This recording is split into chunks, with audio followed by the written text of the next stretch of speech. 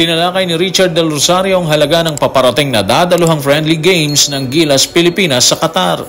Bukod dyan, naniniwala din si RDR na malaking tsansa ng Gilas na muling talunin ng Taiwan at New Zealand sa third window ng qualifiers. At si QMB or Quintin Meliora Brown, dismayado mano, bunga ng hindi pagkakasama sa hanay ng Gilas Pilipinas.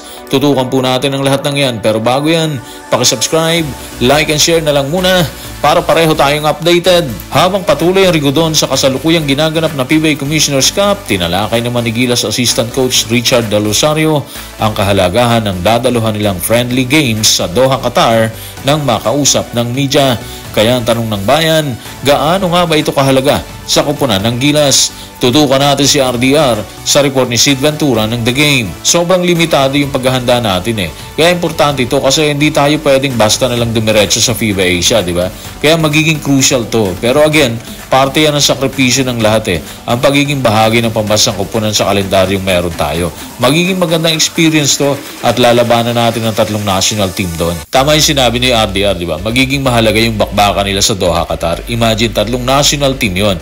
At tingin naman natin, sigurado tayo na sasagarin sila ng bawat kupunan doon yung bawat kalaban nila.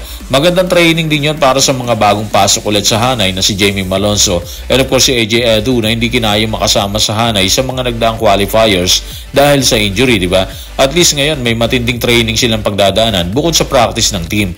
Kahit sinasabi ni Coach Tim na hindi niya bibigyan ng mabigat na assignment ang ilan sa kanyang mga players sa Doha, including AJ Edu, magbe-benefit pa rin sila doon.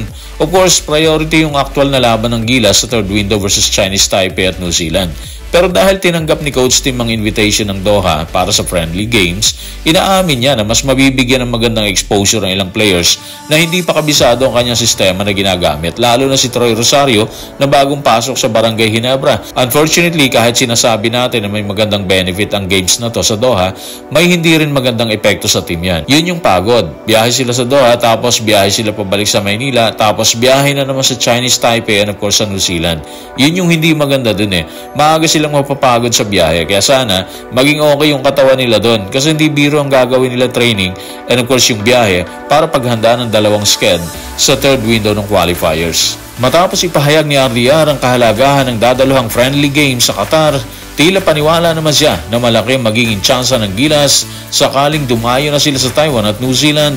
Isa sa mga nakikita niyang rason ang suportang ipapakita ng ating mga kababayan na naninirahan sa dalawang bansa. Narito ang kanyang pahayag. Tutukan natin si Richard Del Rosario sa report ni Sid Ventura ng The Game. Well, maganda to kasi siyempre dapat mong tandaan na marami tayong kababayan sa Taiwan and of course sa New Zealand. Kaya gusto natin silang bigyan ng magandang laban at ipagmalaki ang bansa. Pride na to At sa tuwing maglalaro ka para sa bansa, hindi lang basta-basta magpakita dahil sa qualified ka or dahil qualified ka, lalaban tayo at susubukan nating manalo dahil magde-develop ito ng kumpiyansa. Maganda yung mindset, di ba? Ang manalo sa bawat laban. Hindi lang basta magpakita ng laro, kundi subukang manalo or talunin ng Taiwan at New Zealand na alam nating lahat na naghahanda ng strategy para makabawi sila sa atin. At tama si RDR doon malaking factor ang ating mga kababayan sa Taiwan at sa New Zealand. Sila kasi magbibigay ng moral support doon habang andito tayo sa Pilipinas Siyempre mas marami ang fans ng kalaban pero iba yung feeling kapag may nakita kang kababayan na alam mong naghahangad ng makitang manalo ang Gilas sa bawat baluarte ng kalaban o sa baluarte ng kalaban, di ba? Ang totoo, hindi naman imposible talaga dahil sa tindi ng lineup natin ngayon. Medyo sayang lang dahil wala si Kai Soto bunga ng injury. Naniniwala tayo na kaya nilang ipanalo ang laban at gawin ang ginawa nila dati sa Latvia nung time na naghahangad tayo ng pwesto sa Olympics. Paniwala tayo na kapag nasunod ulit yung game plan ni CTC at ng buong tropa, uuwi silang nakangiti dito sa Pilipinas. Kung kumpiyansa si RDR sa magiging resulta ng laban ng Gilas sa natitirang window ng qualifiers, umami naman ang kampo ni Quintin Meliora Brown na dismayado ito dahil sa hindi pagkakasama sa hanay ng Gilas Pilipinas. Matatandaang nauna nang ipinahayag ni Al Francis Chua na handa silang tanggapin ito sakaling mapatunayan na kwalipikado si QMB na maglaro bilang lokal. Narito ang pahayag ng kampo ni QMB.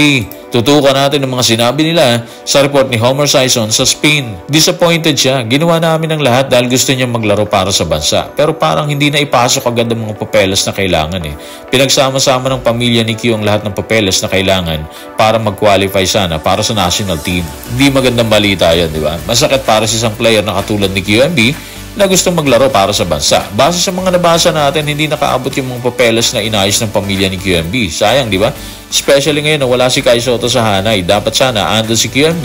Of course, hindi pa siya pasok sa system ni Coach Tim Cone sakali makasama siya sa Hanay. Pero kahit paano sana, kung andun siya, may isang katulad niya sa gitna na pwedeng humadlang sa rumaragas ang kalaban, especially yung New Zealand. Tingin naman natin, hindi pa end of the road ang kaso ni QMB. May panahon pa para makasama siya sa Hanay ng Gilas. Marami pang tournament na paparating dyan Kaya siguro, kung papeles lang talaga ang hadlang, gagawa nila ng paraan yan para makapasok siya sa Gilas.